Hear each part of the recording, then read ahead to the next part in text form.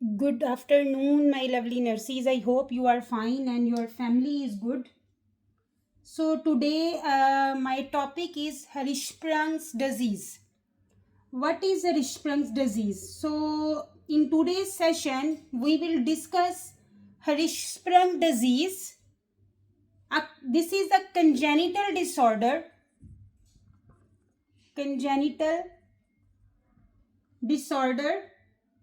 of the intestine. The congenital disorder of the intestine characterized by the absence of some cells. Some cells are absent in the intestine. The name of that cells is ganglion. Due to absence of ganglion cells in the distal bowel, this Hirschsprung disease is happening. So this leads to functional obstructions, chronic constipations and abdominal distension. This is the condition that mainly affects the newborn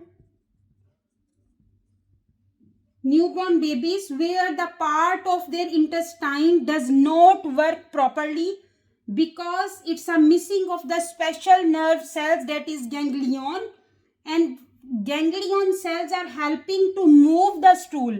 So because these cells are absent in the distal bowel, due to this reason the stool cannot move. So this makes it very difficult for the babies to pass the stool, and if not treated it can cause serious problems. So we have to understand it step by step. So just imagine one newborn baby who has not passed stool even 2 days after birth. So what will happen? The belly is getting bigger, mean there is a distension, baby vomits, and the parents are very worried. So one possible reason of this could be Hirschsprung disease, a condition where the intestine is missing the nerve cells, that is ganglion, that help to push stool forward. So today's we will explore what is this disease and how it shows up and how we can treat it. So stay with me until end to learn a complete lecture on the Hirschsprung disease. We will also discuss at the end the flashcard of this disease, and also we will solve one NCLEX questions related to the Hirschsprung disease. So if you will see the picture, I draw one picture that is normal colon. Our normal colon is like this, but in the Hirschsprung disease, enlarged colon, megacolon, due to the absence of the ganglion cells. Now, what's the definition of Hirschsprung disease? What is this disease? So, this Hirschsprung disease is a birth defect of the intestine. Is a birth defect of the intestine. In this condition, some parts of the large intestine, the colon, some parts of large intestine, the colon do not have nerve cells, that is ganglion cells. So because of missing nerves, the intestine cannot relax and push stool forward, so leading to blockage, obstruction. So these ganglion cells are very important to push the stool forward. Because these nerve cells, the ganglions, are missing in the Hirschsprung disease, due to this reason the newborn baby cannot push stool forward, and due to this reason patient this is blockage, and this is telling obstructions. Think of the intestine like a train track. The intestine is like a train track, and if one section of the track is blocked, the stool cannot pass through. So this is the Hirschsprung disease picture, the definition of the Hirschsprung disease. If we will talk about the causes of this Hirschsprung disease, so normally causes, and I will also tell pathophysiology. So the normally nerve cells, the ganglion cells, develop along the intestine during pregnancy. This is the normal phenomena.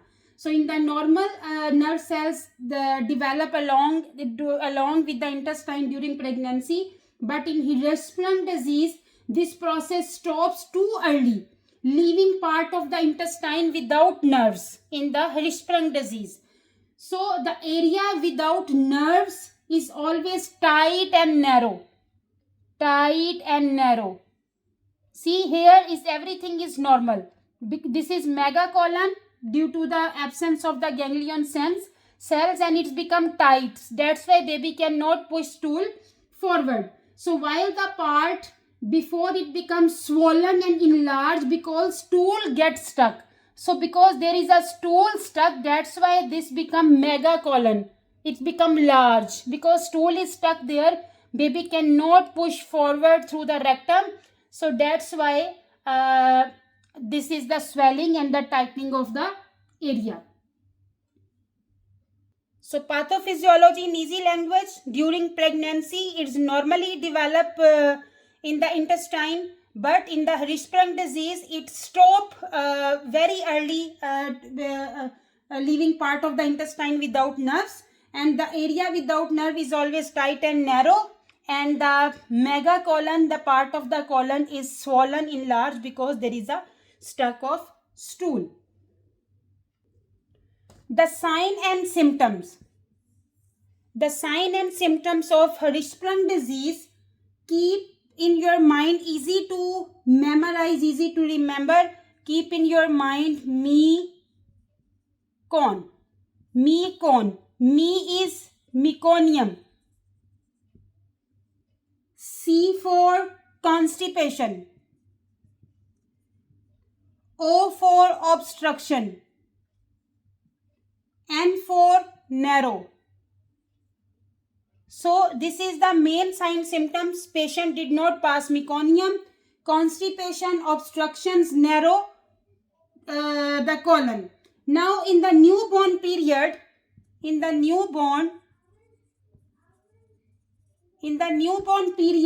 no passage of meconium. First black stool, that is normally within 24 to 48 hours the newborn babies pass, that is meconium. But in the Hirschsprung disease, no passage of meconium. The baby cannot pass the meconium, and there is a abdominal distension. Then vomiting. So vomiting often green or bilious. When you will see the color of the vomiting, it will be green or bilious. Then in infants and children, if we will talk about, they have chronic constipation, poor growth, failure to thrive,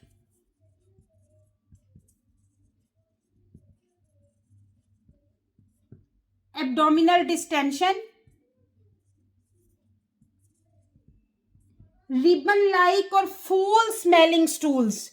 Once you see the stool of the child, it will be ribbon-like. That is the NCLEX point. The stool is like a ribbon-like or full-smelling. The smell will be very bad. Full-smelling stools. Episodes of enterocolitis.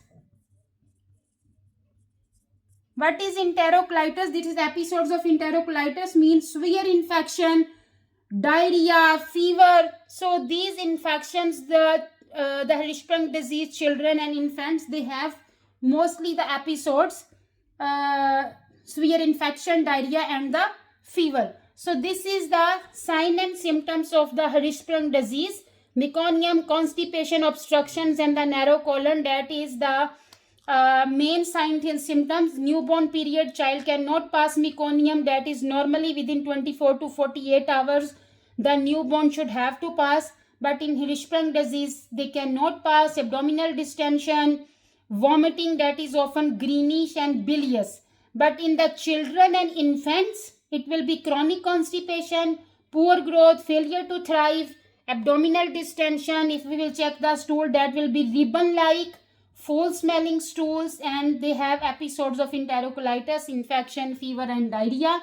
So the sign symptom you should have to understand, because if they will give you the case scenario, they will mention the sign symptoms of the child or baby or infant. Now we will talk about the diagnose, how we will diagnose the Hirschsprung disease. So in diagnose, the main test is rectal biopsy. The rectal biopsy is a gold standard because what we have to see in the rectal biopsy, the absence of the ganglion cells. Absence of the ganglion cells. If there is no ganglion cells, it means the infant has, or a newborn baby has Hirschsprung disease. So we are also doing the contrast enema. It shows a transition zone, mean narrow segment with dilated parts before it. So the main test is a rectal biopsy. Without rectal biopsy, we cannot diagnose and evaluate the Hirschsprung disease. This is the gold standard test. How we will treat? The treatment of Hirschsprung disease is only surgery. Without surgery, we cannot treat Hirschsprung disease. So surgery, there is a types. The one is temporary colostomy. Temporary colostomy mean the stool is diverted to an opening in the abdomen to let the swollen bowel recover. So doctor will make a temporary colostomy, so at least the stool can come outside. And definitive surgery, that is a pull-through procedure. We are telling this one pull-through procedure. In the pull-through procedure, the abdominal segment without nerves is removed. Mean that any part there is no ganglion nerves, that part of the intestine will be removed and the healthy bowel is connected to the anus. So that is the pull-through procedure. In pull-through procedure, the abnormal segment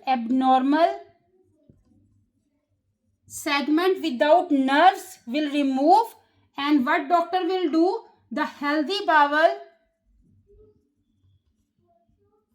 they will connect through connected to the anus. This is the pull-through procedure. In the nursing care, in the nursing care, we will talk about first pre-op. The pre-op care, what we will do, keep the baby NPO. Nothing by mouth. Insert the NG tube. NG tube, why we will insert? For decompression as per the doctor orders. IV fluids for hydration. For hydration, monitor abdominal distension and prevent infection. This is our pre-op nursing care. In the post-op, after surgery, watch for infection at the surgical sites.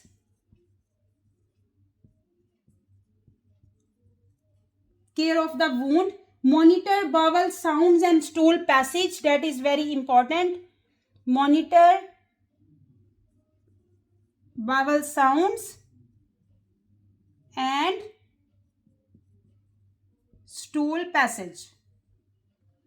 Manage colostomy care. Manage colostomy care if present, because first maybe they will do temporary colostomy. So manage colostomy care if present. Provide good skin care to prevent breakdown from liquid stools, because if patient has colostomy, so we have to take care of the skin care, that is should provide good skin care so the breakdown cannot happen. Our teaching is very important. Teaching the parents about nutrition, colostomy care and the follow-up. That is very important to teach the parents because follow-up is very important for any surgery. So the teaching the parents about nutrition, because patient is the weight already failure to thrive, weight reduce. So the nutrition is very important, colostomy care is very important, and follow-up is very important. What complications can happen if untreated? If we will not treat it timely, what complications can happen? Patient can have severe constipation, enterocolitis. Enterocolitis is life-threatening infection with diarrhea, fever, and shock. So we have to take care of this one because it's a life-threatening situation, life-threatening infection with diarrhea. Then bowel perforation, malnutrition and growth delay. Malnutrition and growth delay. So these complications can happen if not treated timely. So I want to discuss here some key nursing NCLEX points. So failure to pass meconium within 24 to 48 hours is not normal. If you will see in the question, the baby did not pass meconium within 24 to 48 hours, it could be Hirschsprung disease. Always suspect intestinal obstruction like Hirschsprung disease or meconium ileus, mean the abdominal distension. Monitoring is very important. Rectal biopsy is confirmatory test. No any other test. The rectal biopsy is the golden test. Surgery is definitive treatment. There is no any other treatment of the Hirschsprung disease, only surgery. Enterocolitis is an emergency. If patient has fever, diarrhea, abdominal distension, it is a enterocolitis. So I will tell you here the mnemonic. One word you can memorize, that is HIRSCH, Hirschsprung disease, So keep in your mind, Harish mean the H for huge belly mean abdominal distension. Huge belly is abdominal distension. I for inability to pass meconium. Inability to pass meconium. R mean ribbon-like stools. Ribbon-like stool. Then S for severe constipation. Severe constipation. C for colon biopsy confirm. Mean colon biopsy confirm. So we will take a rectal biopsy. H for high risk enterocolitis. So keep in your mind this one. This is the sign symptoms of the Hirschsprung disease, because this ribbon like, they will tell you in the case scenario, ribbon like abdominal distension, obstruction. So this is the main sign symptoms of the Hirschsprung disease. So if I will give you a small summary of Hirschsprung disease. So Hirschsprung disease is a congenital problem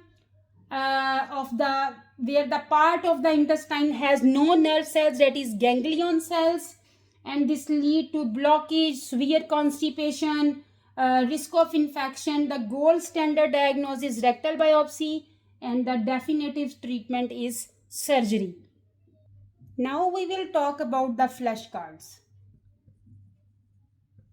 The flashcards of Hirschsprung disease, so you will understand the question and understand the disease question by question. So this is the more easy way. I always prefer the flashcards. So is more easy way to understand the topic. So the flashcard number 1 is, what is Hirschsprung disease? So as we already discussed, the Hirschsprung disease is a problem in the large intestine where some part of the bowel has no nerve cells, that is ganglion cells. So because of this, that part of the intestine cannot push stool forward and there is a blockage. So that is Hirschsprung disease. That is our question number 1. What is Hirschsprung disease? Our flashcard number 2, why does Hirschsprung disease happen? Why does Hirschsprung disease happen? So what's the reason? So when a baby is developing in the mother's womb during pregnancy, the nerve cells do not reach all the way down to the intestine. The nerve cells, the ganglion cells, are not reached all the way down to the intestine. The missing nerve caused the bowel to stay tight and not relax. That's why the Hirschsprung disease is happened. So this is our flashcard number 2. The flashcard number 3, what is the main sign in the newborn babies? What is the main signs in newborn babies? So what is the main signs? The baby does not pass stool, mean meconium, the first poop, within 24 to 48 hours after birth. This is a big warning sign. So what is the main sign? The baby cannot pass meconium within 24 to 48 hours. That is the main warning sign of Hirschsprung disease. Our flashcard number 4. What are other symptoms? What are other symptoms? So other symptoms is abdominal distension, vomiting that is green color or bilious, constipation that does not get better, thin ribbon-like stools, poor feeding and slow growth. That is the other symptoms of the Hirschsprung disease. Our flashcard number 5. How do doctor check for Hirschsprung disease? How do doctor check for Hirschsprung disease? So how they will check? As I told you, the rectal biopsy, the most accurate test, will show no ganglion cells. Or they will do contrast enema, that is X-ray with dye, that will show the blockage. So the gold is rectal biopsy, and yes, they are also doing contrast X-ray with dye. They will show the blockage. So our flashcard number 6. Flashcard number 6. What is treatment? So what is treatment? Surgery. Surgery is the part of, in the surgery, the part of the intestine without nerve cell is removed. The pull through procedure, and the healthy part is connected to the anus, that we are calling pull through procedure. That is the treatment. Flashcard number 7. What are nursing priorities before surgery? Before surgery, nursing priorities. So what is our nursing priorities before surgery? Monitor bowel movements and belly size, monitor the prevent for infection, give IV fluids for hydration. Sometimes rectal irrigation are done to relieve blockage, but sometimes, and keep NPO, nothing by mouth, very important before surgery. What are the priorities after surgery? The nursing priorities after surgery: watch for infection or leakage from the from surgery, care for colostomy if placed, very important, the skin care, teach parents about diet, hydration, infection sign and symptoms, follow up the wound care. So we have to educate the parents. Flashcard number 9, that is our last. What is a simple way to remember Hirschsprung disease? Remember. So what is the simple way? Keep in your mind, think, no nerve, no poop. No nerve, no poop. If there is no ganglion nerve cells, patient cannot pass meconium.